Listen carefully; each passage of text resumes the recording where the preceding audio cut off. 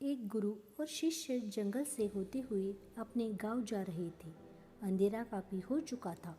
शिष्य ने अपने गुरु जी से पूछा, काफ़ी रात हो चुकी है, अगर आप कहे तो आज की रात यही आसपास किसी गांव में गुजार ले। गुरु जी ने अपना सर हिलाया और वो आसपास के गांव में एक छोटे से घर के पास जाकर रुके। जैसे ही वहाँ गए तो गुरुजी के शिष्य ने दरवाज़ा ठकठकाया। उस घर से एक गरीब आदमी बाहर आया। गुरुजी ने बोला, हम अपने गांव जा रहे थे, लेकिन काफ़ी रात होने की वजह से हमने इसी गांव में रुकने का सोचा। क्या हम आज रात आपके यहाँ रुक सकते हैं? गरीब आदमी बोला, हाँ क्यों नहीं, आप दोनों अंदर आ जाइए। जब गुरुजी अंदर गए, उन्होंने देखा कि उस आदमी के घर में बहुत ज़्यादा गरीबी थी। गुरुजी ने उससे पूछा कि आप काम क्या करते हो? वह गरीब आदमी बोला, मेरे पास बहुत सारी ज़मीन है। तो गुरुजी ने बोला, अगर तुम्हारे पास बहुत सारी ज़मीन है तो इस तरह से क्यों रह रहे हो? वह आदमी बोला, यह किसी काम की नहीं है।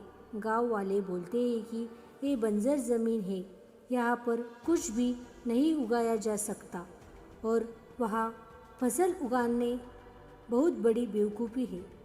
गुरुजी ने बोला कि तुम्हारा गुजारा कैसे होता है? उसने बोला कि मेरे पास एक भैंस है जिससे मेरा पूरा घर चलता है।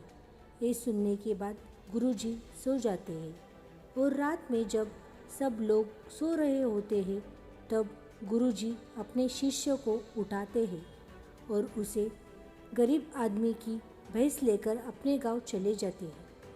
शिष्य अपने गुरु से पूछता है कि गुरुजी, कहीं आप ये गलत तो नहीं कर रहे हैं? उस गरीब आदमी की रोजी रोटी इस भैंस की वजह से चलती है। तो गुरुजी अपने शिष्य की तरफ देखते हैं और मुस्कुराते हुए आगे बढ़ जाते हैं। उस बात को तकरीबन 10 साल गुजर जाते हैं और जो गुरु का शिष्य था वह बहुत बड़ा गुरु बन चुका था। तो एक दिन उन्हें उस गरीब आदमी की याद आती है कि मेरे गुरु ने उस आदमी के साथ अच्छा नहीं किया था। मुझे एक बार चलकर देखना चाहिए कि वह आदमी अब किस परिस्थिति में है। वह शिष्य उस गांव की तरफ जाता है और वहाँ जैसे ही पहुँचता है तो वह देखता है कि जहाँ पर उस गरीब आदमी का झोपड़ा था वहाँ पर एक बड़ा ही आलीशान महल बन चुका था और उस झोपड़ी के बाहर जो बंजर ज़मीन थी उस पर फल और फूलों की बगीचे थे। तभी उधर से उस घर का मालिक आता है। शिष्य उसे पहचान लेता है और उस आदमी को बोलता है, तुमने मुझे पहचाना?